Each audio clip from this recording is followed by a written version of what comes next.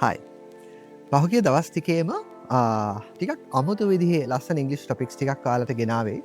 මගේ ක්ලාස් එකේ ඉන්න ළමයින්ට උගන්වන වටිනම දේවල් අරුණාම ඊට අමතරව ලංකාවේ ගොඩ දෙනෙක් ඉගෙන ගන්න ලංකාවේ ජනප්‍රියම පාඩම් මාලාව ඉංග්‍රීසි පාඩම් මාලාව අපේ YouTube channel එක හරහා. අද ටිකක් කාලෙකින් මම අපහු ඔයාලට කියලා දෙන්න යන්නේ ලස්සනම ලස්සන sentence pattern එකක්, structure එකක් අපිට නිතරම සාමාන්‍යයෙන් අදහස් ප්‍රකාශ කරන්න ඕන වෙන. අපි නිතරම කියන එකක් තමයි මෙන්න මේ වගේ අදහසක් ඇයි මම ඔයා කියන එක අහන්න ඕනේ? ඇයි මම යන්න ඕනේ? ඇයි මං හිතන පතන විදිය වෙනස් කරගන්න ඕනේ? ඇයි මම කවුරුත් කියන විදිහට වැඩ කරන්න ඕනේ? ඇයි මම ඒගොල්ලොන්ව සතුටු කරන්න ඕනේ?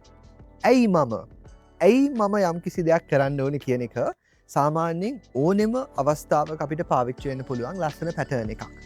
ඉතින් මේ වගේ දේවල් දවසකට චුට්ට අල්ලගන්න මම කියලා දෙන අද වීඩියෝ එක ඉවර වෙනකම්ම බලන්න. ඇයි මම මේක කරන්න ඕනේ කියලා සාමාන්‍යයෙන් අපි කියන්න පාවිච්චි කරන්නේ ඊටම චූටි ඉංග්‍රීසි වචන කොටසක්. ඔයාලට පුළුවන් නම් මෙන්න මේක ලස්සනට පාවිච්චි කරන්න, හැන්ඩල් කරන්න. ඔයාට පුළුවන් ඇයි මම මේ දේ කරන්න ඕනේ කියන එක ඊටම ලස්සනට ඕනෙම තැනක පාවිච්චි කරන්න. ඒකට අපිට ඕනේ ප්‍රධාන ඉංග්‍රීසි වචන 3ක් විතරයි. ඇයි මම මේක කරන්න ඕනේ? You have to start by saying, why should I? Right. අපි දැන් why should I කියන වචන තුන ඊටාම ලස්සනට පාවිච්චි කරලා සරලම ඉංග්‍රීසි අදහසක ඉඳන් සංකීර්ණම අදහසක් යනකම් චුට්ටක් කතා කරලා බලමු. එතකොට මගේ ක්ලාස් එකේ ළමයින්ට මම කියන්නේ බේසික්ස් ටික හරියට ඉංග්‍රීසි ටික ඉගෙන ගන්න. ඊට පස්සේ මේ වගේ පැටර්න්ස් එකතු කරලා දෙනවා මම එයාලට. එයාලා කෝස් එක ඉවර කරන්නේ ඉතාමත්ම විශ්වාසයෙන්, තමන් ගැන දැඩි විශ්වාසයකින් ලස්සනට ඉංග්‍රීසි කතා කරන්න පටන් අරගෙන තනියෙන් තමන් විසින් ඉස්සරහට යන ළමයි ටිකක් ආයේ කවදාවත් ඉංග්‍රීසි පන්ති යන්නේ නැති. ඉතින් ඉතාමත්ම සීමිත පිරිසකට තමයි එක වාරයකට අවස්ථාව හම්බෙන්නේ මගේ කෝස් එකට ඇතුළත් වෙන්න. ආයෙත් ඉංග්‍රීසි පන්ති ගිහිල්ලා ඉගෙනගෙන ඉවර කරන්න ඕන නම්, ඉංග්‍රීසි කතා කරන්න පටන් ගන්න ඕන නම් මේ පෙන්වන නම්බර් එකට WhatsApp කරලා මගේ ඊළඟ කෝස් එකට අනිවාර්යයෙන්ම ජොයින් වෙන්න. ලංකාවම කතා කරන ලංකාවම කතා කරවන ස්පෝකන් ඉංග්ලිෂ් පන්තිය වෛද්‍ය කවිෂ්ක Gamage. Right. Why should I? ඔක සරලම තැනකින් අපි පටන් අරගෙන කතා කරොත් මං කියන්නම් මෙන්න මෙහෙම එකක්. මම මොකටද යන්න ඕනේ? මම ඇයි යන්න ඕනේ? මම මොන හේතුව නිසාද යන්න ඕනේ? ඒක කියන්න මට පටන් ගන්න පුළුවන්. Why should I go කියලා. ඇයි මම යන්න ඕනේ? Why should I go? මෙතනින් අල්ලගන්න. Why should I කියන වාක්‍ය රටාව ස්ට්‍රක්චර් එක මම මේ වාක්‍ය ආරම්භ කරන්න පටන් අරගෙන ඊළඟ පදයේ විදිහට මම දාලා තියෙන්නේ මොන ක්‍රියාව ගැනද මම කරන්න ඕනේ කියන අර්ථය ඒ ක්‍රියාපදයේ මුල් ස්වරූපයෙන්. එතන මගේ ළමයි දන්නවා ක්‍රියාපදයකට ස්වරූප 5ක් විතර තියෙනවා ඉංග්‍රීසි වල.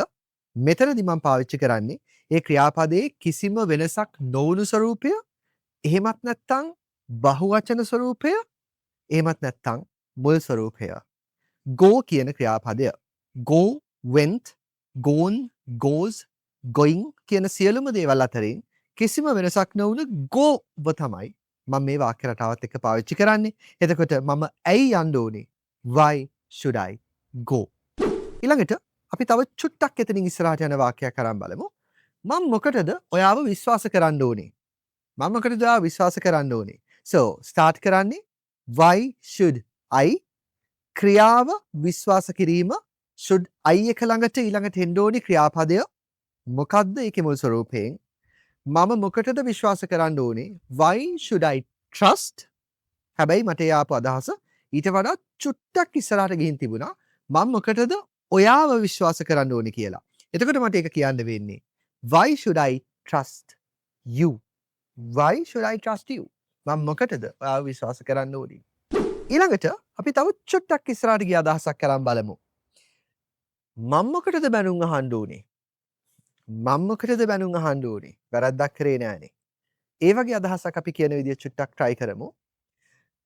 start කරන්නේ why should I ක්‍රියාව බැනුම් අහනවා. So ඒක කියන්න මෙන්න මෙහෙම පුළුවන්. Why should I blame? No. ඒක ලස්සනට කියන්න මෙන්න මෙහෙම. මම මොකටද බැනුම් අහන්න ඕනේ? why should I take the blame? Why should I take the blame? මම මොකටද බැනුම් අහන්නේ? බැනුම් අහනවා කියන්න ඍජු ක්‍රමයක් ඉංග්‍රීසි වල නැහැ. ඔයාලට පුළුවන් ඒක ඒ විදිහට කියන්න. Why should I take the blame? ඇයි මම බැනුම් අහන්න ඕනි? Right. තව චුට්ටක් ඉස්සරහට යමු. තව ඊට වඩා චුට්ටක් ඇඩ්වාන්ස් කෑල්ලක්. දැන් ඔයාලට වාක්‍ය රටාව අහුවෙලා ඉවරයි.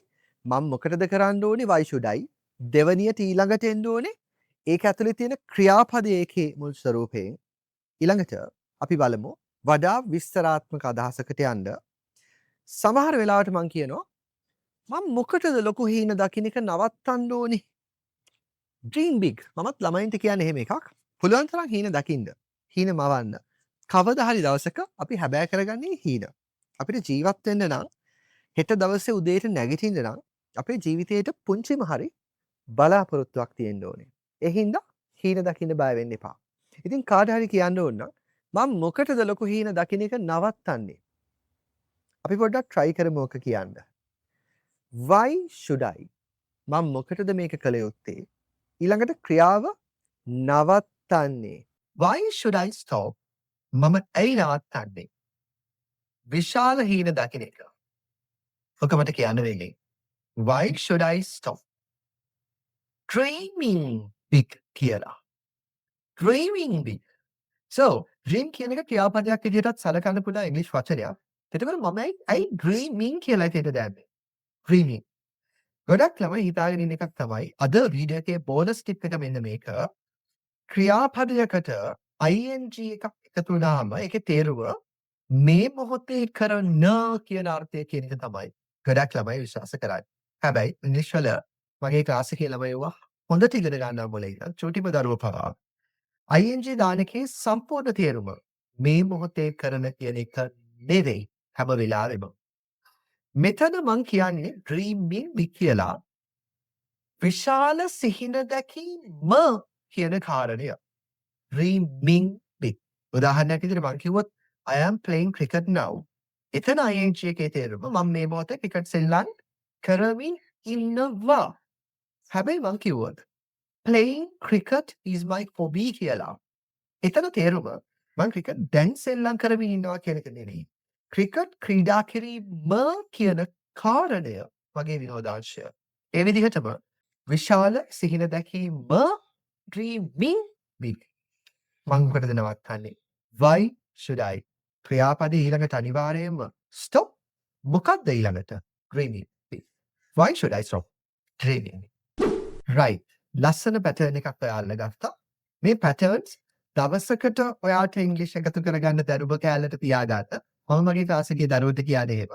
දවසකට ඔයාගේ ඉංග්‍රීසි ඩෝස් එක චුටි මේ වගේ කොටසක් අල්ලගන්න. හැබැයි මේ ලෙවල් එකකින් මේව පාවිච්චි කරන්න මුලින් ඉඳලා ඉංග්‍රීසි හදාගන්න ඕන නම් මේ වෙන නම්බර් එකට WhatsApp කරන්න. මම ළමයින්ට හැමදාම කියන්නේ ඉංග්‍රීසි ඉගෙන ගන්න මැජික් නෑ. තියෙන්නේ එක හරි ක්‍රමයක්. ඒ ක්‍රමය ෆලෝ කරන්න මේ වෙනකොට රටවල් 40කට අධික ප්‍රමාණයකින් ශ්‍රී ලාංකික ළමයි 25000කට වැඩිය මගෙන් ඉංග්‍රීසි ඉගෙනගෙන තියෙනවා. ඉතින් මේ නම්බර් එකට WhatsApp කරලා ඉතාම සීමිත පිරිසකට ලැබෙන අවස්ථාව ඔයාලෙන් කරගන්න. right. අන්තිම වාක්‍ය රටාවට යමු.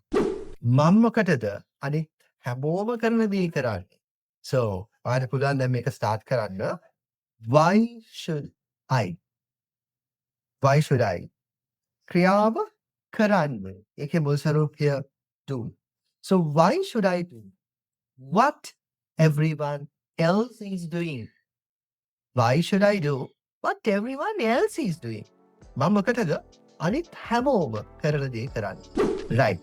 ඉතින් අද වටිනම sentence structure එකක් මම මොකටද මේක කරන්න කියන එක.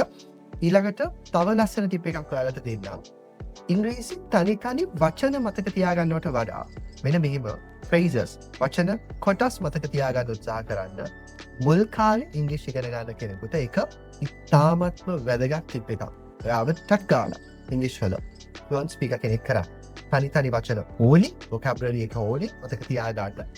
හැබැයි ඊට වඩා තැන දෙන්න වාක්‍ය කොටස් වලට. උදාහරණයක් විදිහට why should I කියන පාර්ට් එකම ඔයාගේ ඔළුවේ තියාගන්න. එතකොට ඔයා පහසුවෙන් අදහස් එළියට දාන්න පටන් ගන්නවා. මේ වීඩියෝ එක බලන්න ඉවර වෙනකම් යාළුවන්ට බලන්න ෂෙයා කරන්න. මේ channel එක subscribe කරන්න. ලංකාවේ තියෙන හොඳම ඉංග්‍රීසි පාඩම් මාලාවක්. Thank you. මම දත්ත කලිෂ්.